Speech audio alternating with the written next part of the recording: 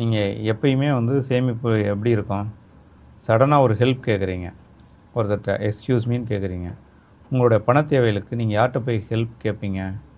அப்போ பணம் ஒரு இடத்துல இருக்கணும். பணம் அப்படின்றது மட்டும் இல்லை சேமிப்பு. எந்த ஒரு விஷயம் உங்களுடைய திறமை வந்து ஒரு இடத்துல சேமிப்பாக தான் இருக்கணும். அது ஃபைனலாக வந்து உங்களுக்கு பணமாக தேவைகளாக தான் இருக்கும். இந்த பணம் வந்து முக்கியமாக சேமிப்பாக மாறும். நீங்கள் எப்போ ஏர்ன் பண்ணுறீங்களோ அன்னைக்கு டே ஒன்லேருந்தே உங்களோட சேமிப்பும் கூடவே வரணும். அதனால் நீங்கள் சேமிக்கிறதுக்கு ஒரு காலம், நம்ம இப்போ ஆரம்பிக்கிறதுக்கு ஒரு காலம் அப்படின்றதெல்லாம் கிடையாது. நீங்கள் என்றைக்கு வந்து உங்களோட வருமானத்துக்குன்னு ஒரு பிளான் போடுறீங்களோ அந்த டே ஒன்லேயும் இது வந்து ஒரு சேமிப்புக்கு ஒரு பங்கு அப்படின்னு பிளான் போடணும். அதனால் சேமிப்புங்கிறது கட்டாயம்தான்.